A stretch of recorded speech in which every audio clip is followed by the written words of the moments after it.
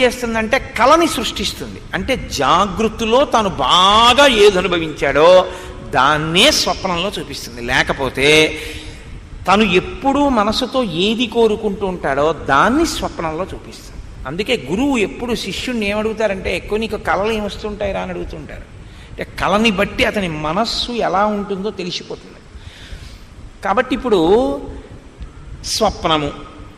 మూడవది మనసు బడలిపోతుంది. ఇంకా ఈ ఇంద్రియముల యొక్క శక్తుల్ని తీసుకుని కాసేపు కళ సృష్టించి చూపిస్తుంది.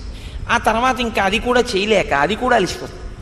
అలిసిపోయి ఈ 5 శక్తుల్ని పట్టుకుని మనసు వెళ్ళిపోయి ఆత్మలోకి కలిసిపోతుంది. ఇప్పుడు ఏముంటుంది? ఏమీ ఉండదు.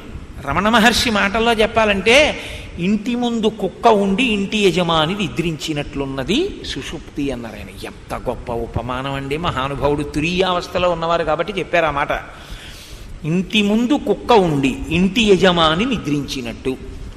ఇంటి యజమానికి ఏమీ తెలియదు, గాఢ నిద్రలో ఉన్నాడు. ఇప్పుడు మీరు ఆ ఇంట్లోకి వెళ్ళినా ఎత్తుకుపోతున్నా ఆయన ఒంటి మీద ఉన్నవి తీసేస్తున్నా ఆయనకి తెలియదు. కానీ ఆ ఇంటి ముందు ఒక కుక్క తిరుగుతోంది. కుక్క తిరుగుతోంది కాబట్టి ఇంట్లోకి బయటికి కుక్క తిరుగుతోంది కాబట్టి ఇంట్లో ఎవరో ఉన్నారని గుర్తు. ఇంట్లో ఎవరు లేకపోయినా ఇంట్లో ఉన్నా యజమాని పనుపున తిరుగుతోంది కాబట్టి రక్షింపబడుతోందని గుర్తు, ఇంకా ఉందని గుర్తు. అది పాడుపడిపోయిందని గుర్తు ఏంటంటే అక్కడ ఇంకేం ఉండదు.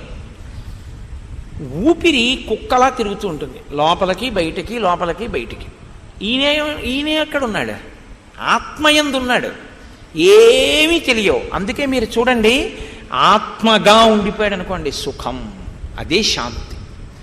అందుకే మీరు చూడండి, ఏమిటో ఎంత ఇబ్బంది పడిపోయానోనండి, గాఢ నిద్ర పట్టాను ఇవ్వడండో, ఎంత హాయిగా ఉందోనండి నిద్ర పట్టంటాడు. ఆ హాయి ఏమిటంటే ఆత్మగా నిలబడిపోవడం. కానీ అది మన ఎరుకలో ఉండదు. సుషుప్తి ఎరుక కాదు, మన చేత తెలియబడేది కాదు. నిద్రపోతామంటే ఆత్మ ఒక్కటే ఉంటుంది. తురీయం అంటే 4వ దశలో ఈ 3 దశల్ని చూస్తారు. తాను అలా నిలబడి ఈ శరీరము నిద్రపోతోందని, ఈ శరీరము కలకంటోందని, ఈ శరీరము లేచి ఉందని, దీని 3 అవస్థల్ని తాను చూస్తాడు.